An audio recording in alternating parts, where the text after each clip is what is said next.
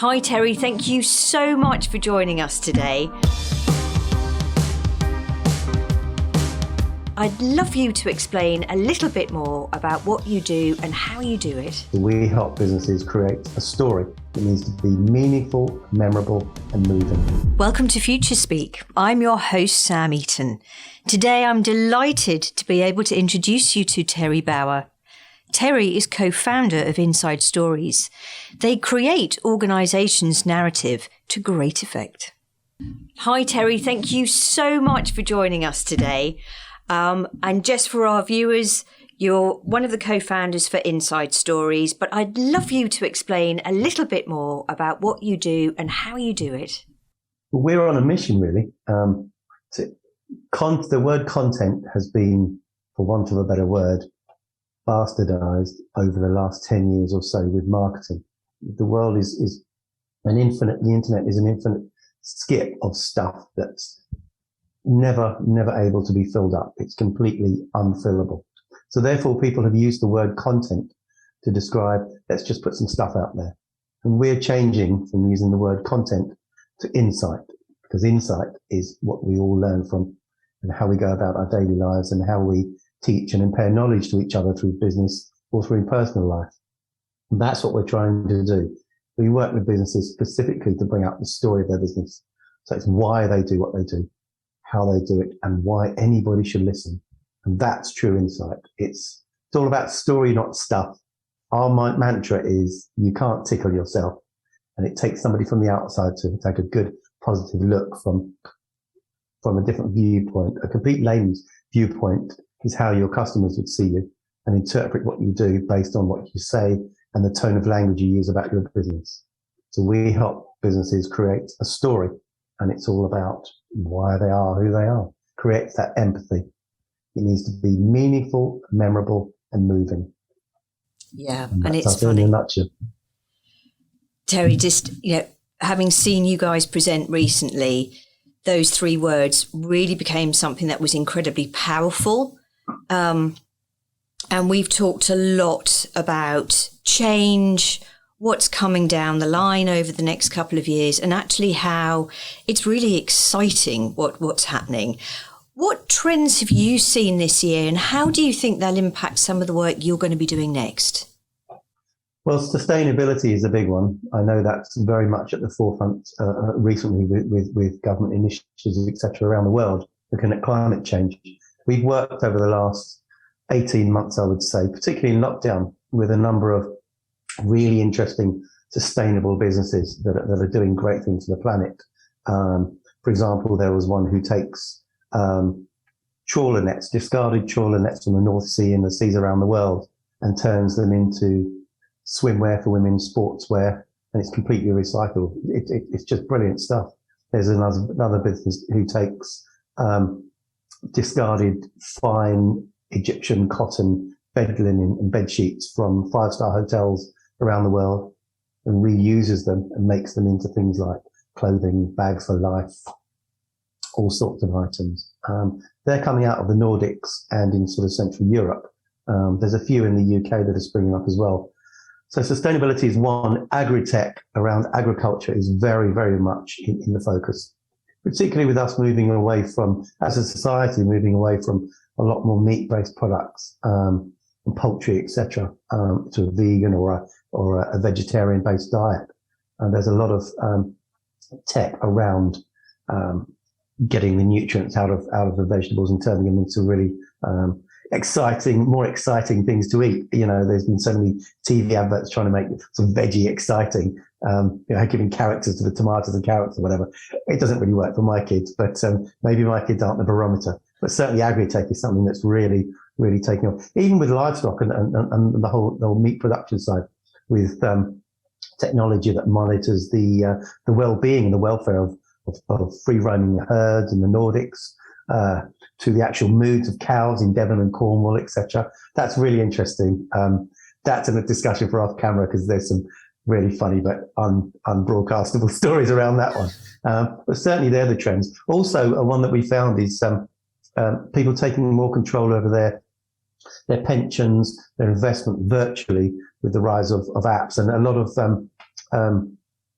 wealth management businesses that we've been working with have been adopting these applications and platforms to be able to offer their members control, not completely complete control, otherwise they'll be out of a business, but virtual control of where to invest their pensions and where to invest their hard-earned sort of savings, particularly in people who are either returning to work after retirement to keep their hand in at their profession, or who are about to retire, or at sort of middle-age stage where they're thinking of, what am I going to do over the next 10, 15, 20 years to sustain the lifestyle I'm living? And it's giving control with technology. And there's been a lot of startups in the States that we've been talking to recently that have really concentrated on that wealth management. So there's the three big areas that I see really taking off and exploding certainly over the next 5 years, I would say. Fantastic. And you touched on something there a moment ago, Terry, the big word that we're all unsure where it's going, technology. It's going to impact all of us. How do you see that impacting your world and the current work that you're delivering? Well, our world is quite specific. It's not completely unique. There are other people out there doing story. But we come in on the side of before the digital concept. So we work with clients mainly before they go out to social media and LinkedIn, all those sort of platforms, blogs, writing, all those sort of tech platforms and digital media platforms where you would normally associate as the first point of call. Now, that's not, casting any aspersions on the reputations of digital media businesses, because that's a complete and an utter and sort of total thing that you need to do with your business and getting the word out there, because, the world is a global stage. But we come in before that because it's almost like a domino effect. If you get the tone and the language of your business wrong right at the start, the rest of it will fall like dominoes, and it's very hard to retreat and go back and retrace your footsteps. So that's a speciality that we really sort of honed since we've started, and both Gareth and I, my business partner, over the last 25 years in our previous roles. But we really look to bring out that story, and it's all about being able to convey the tone of your business. So who your market are, who your target audience are, and why they should be interested in anything you should do. Now, if that's something that you get wrong right at the start, again, it's very, very hard to put right. And there are businesses out there who will happily take your money and put together complete campaigns and write 10 blogs a month and X amount of triggered messaging and email shots, etc. But if it's just, again, you're going back to that story, not stuff. If it's just stuff, there's no point in doing it, and it's a waste of money. And we've heard stories of companies saying that, they've been told by the businesses that the agencies they've worked with that they simply didn't throw enough money at it for it to work. Now that's criminal as far as I'm concerned, ethically speaking. So we try and combat that, because nobody tells you how to create a brief. Nobody tells you how to write a brief for an agency. We try and create better educated businesses, particularly startups, who have got this, in a lot of cases, bag of cash from an investor, from a VC or an angel investor, and they don't want to come back with a bag of magic beans. They want to come back with things that are actually going to help their business. So that's a critical stage, whether it's proving a concept or just conveying, the product or service that you're trying to put out to your market. Fantastic. Terry, I know that you're working with a number of startups. You mentioned different regions a moment ago. What do you see in terms of the trends with startups next year? You talked about those three sectors. What else are you seeing or expecting to happen next year in that sector? There's going to be a lot more in terms of e-learning, in terms of learning at different paces. And when I say paces, I mean, for example, on the train, on the bus, a lot more downloadable. And I'm going to use the word content because I'm taking that back. So I'm talking about insight, but I'm going to say content because I've now taken that word back. So I'm practicing what I preach. We like to practice what we preach. So when we say content, it means insight. Just to be clear. Love it. Yeah. E-learning has always been a particular favourite of ours, purely because it's conveying information through the written word. and also through video and imagery more on the forefront nowadays. But certainly that's going to be something that's going to be replacing a lot of time with in-person learning and classroom-based training, particularly around the world, the way the world is now, with COVID and restrictions on numbers of gatherings, etc. Learning, and I think that's going to stem more into pre-university education and into university education. I think that's going to be part of the lifeblood, and I think there's a lot more technology that's coming up around that. Inside Stories ourselves are looking at something launching middle of next year around that. But that's going to be something that's going to really take off and give people an option. So it will give students a different way of learning as opposed to just classroom based. And I know that's always best to be in front of somebody, but the way the world's going, that we can't. And the way that our lives are so busy in terms of work, and even social lives or pre-university sort of students and children, because they are kids at that stage still, I think is very important. And having something that fits into that e-learning side is going to have to adapt a lot more to real bite-sized, and I'm talking 2-3 minutes here and there, where somebody can just grab something in the morning on their walk to school, or catch up with some applied reading or required reading, from their classes on the way home, or on the way to football practice or netball practice, that sort of thing. So it's very much adapted to our lifestyle. Yeah, it's interesting, isn't it? I read something recently that was saying there are lots of these business management schools that are actually closing now because people want that bite-sized learning. And absolutely. It's completely gone away from bums on seats now. Absolutely. And combined with something else that's now saying that some of these classic courses that people will go on from a professional development point of view, actually that material is now redundant within 5 years. It does beg the question, doesn't it, Terry? Do we need to be putting our kids through university where they will come out with £60,000 debt? I mean, it's a bigger conversation, right? But it's a question that needs to be posed now, doesn't it? Absolutely. There'll always be a need for that, because I've always considered that further education should be something like, if you're going to be a lawyer, an architect, an accountant, obviously medical and tech, around those industries. I think everything else, it's almost like putting off the inevitable of going out into work.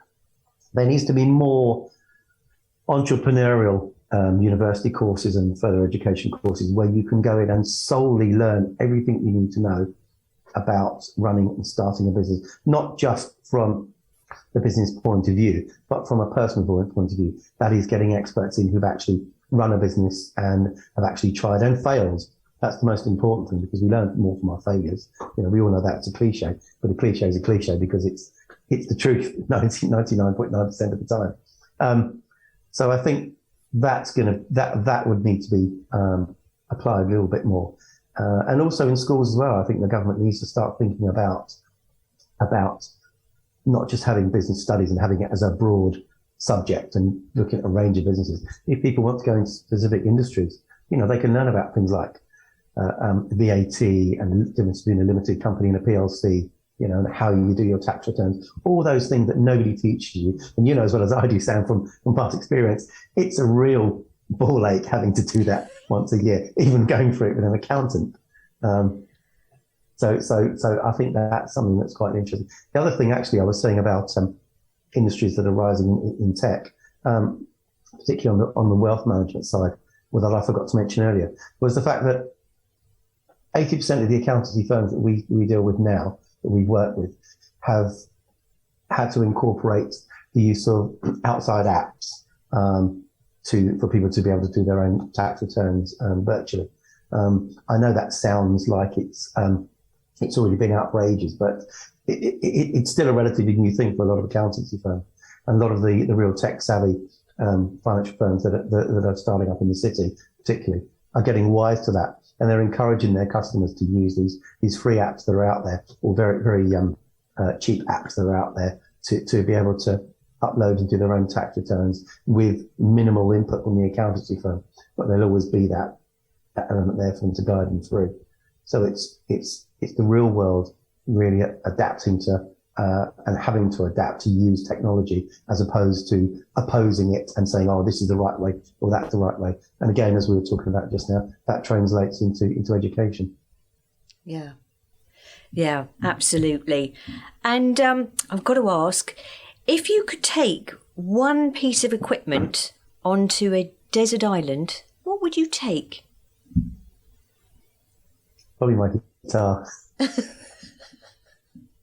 I'm not particularly brilliant. I'm self-taught, but I've grown up with rock music all my life with my older brothers and sisters.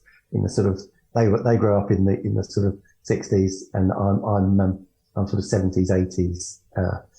So I got to see all of that and hear all the good sort of bands. Sorry, some of the good and some of the bad. I can't say all because I get told off by my kids that, I don't like modern music and I don't understand it. I do. Anyway, guitar would be my thing because I can sit all day and strum and just be stupid on my own. I think that's my main thing. I wouldn't take a laptop. That's a bit cliched, and you probably wouldn't get a connection anyway, and it would run out after a couple of days. Exactly. And when you're on an island, you wouldn't necessarily want to take your laptop anyway. Terry, thank you. And just in terms of your hopes and aspirations for your business next year, what would you like to achieve? Collaboration is a big way that we work. And I think collaborating with like-minded businesses to form either a business collective or a unique offering for something that we know that we can deliver to businesses who ordinarily wouldn't come across something like that. Achievement next year would be being able to work with other businesses and do what we do to further what we do, and to help them in their quest. I think it's easy to say financial achievements. We never set ourselves those types. We set ourselves targets, but we never say this time next year we'll be millionaires. It's not one of those things. It's more of a case of we want to achieve something as a business. And yes, the financial rewards will follow in time if you're good at what you do. I always believe that. So more collaborating with clever businesses who would complement what we do, and certainly we complement what they do. I think that's the way forward to give a more rounded business offering. Thanks, Terry, for coming on. You really are an inspiration, and your point about collaboration, you truly do believe in that. We always have great conversations. We talk for hours. I could have carried on for hours today, but hey, I'm sure we'll catch up again soon. So thank you again for your time, Terry, and take care. No problem. Thanks, Sam. No problem. Thanks again, Sam.